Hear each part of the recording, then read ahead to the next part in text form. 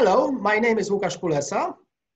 And Justyna Szczudlik, and we are senior analysts with the Polish Institute of International Affairs.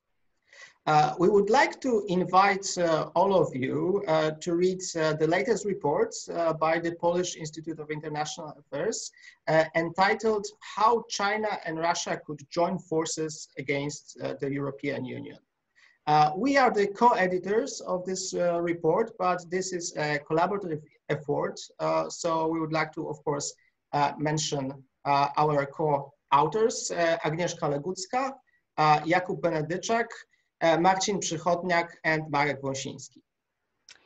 And the reason why the Polish Institute of International Affairs decided to write this report and to work on this report is the fact that in the recent years, especially since 2014, we are observing the process of strengthening relations between China and Russia. And there is also a global debate whether we are already observing the process of formulation of alliance between China and Russia. So if that's the case, so our guiding question was, if those two countries could join forces against the European Union, could China and Russia directly threaten the EU, our EU's global agenda, political, economic, and social interests, but also the functioning of the EU as a whole, but also EU member states?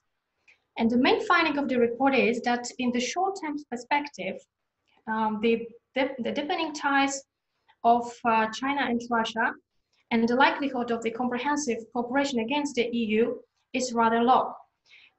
Both countries, especially China, are benefiting from cooperation with the EU, and the main target, if I may put it in this way, is not the EU, but the United States.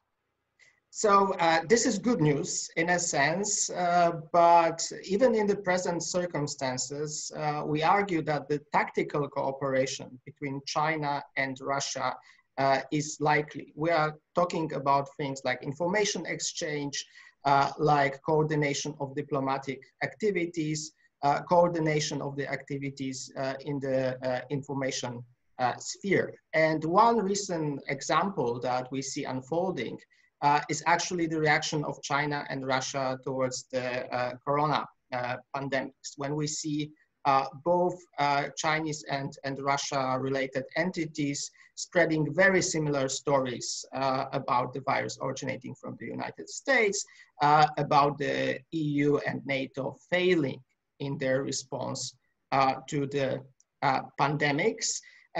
We also see very similar, so to say, positive actions in terms of the Chinese sending aid to Europe, in terms of Russian teams of medical doctors being deployed to places like Serbia or Italy. So this is not to say that there is actual coordination between these two countries, but it seems that there is a lot of lessons learned, and the two countries are watching each other and are using the most effective tactics also in the information sphere. And the authors of the report have also identified circumstances when Russia and China may join forces against the EU.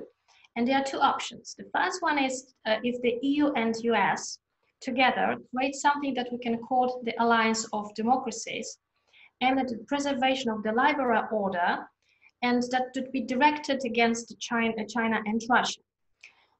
If that happens, these two countries could initiate more intensified cooperation against us and to harm the EU. The second option is an existential crisis within the Euro-Atlantic community that could prompt those two countries, Russia and China, to take advantage of this situation, to subdue the EU, to detach it from the United States. This may be likely in the event of the sharp intensification of EU-US tensions. In the report, we also try to figure out and to have a list of the tools or mechanisms that two countries may use against us. And among them, we identified the direct coordinated economic pressure, the so-called elite capture, which means that both countries have an access to the politicians in the EU and member states to influence on decision makers, to make some positive for China and Russia decisions. Already mentioned information and disinformation campaigns, and very unlikely but still possible, the coordinated military actions or coordinated actions to destabilize Europe's neighborhood. Of course, the report contains also some recommendations for the European Union and its member states, and we invite you to read it in the entity.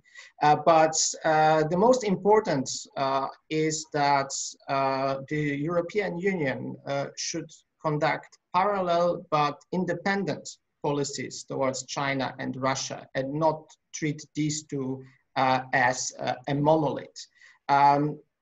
The EU should also not be tempted to try to decouple Russia from China or vice versa by suggesting preferential treatment to one of these. On the contrary, it should not shy away from using its normative power, using its power of the market access, and also using, if necessary, coercive tools such as sanctions. So, the report is available on our website, www.pism.pl. We invite all of you to read it, to share your views, your comments, critical comments as well, on our social media accounts, mostly Twitter and Facebook. You may also write an email to us. The email addresses are also available at our website. So, stay safe, stay home, read our report, as well as other publications by the Polish Institute of International Affairs. Enjoy!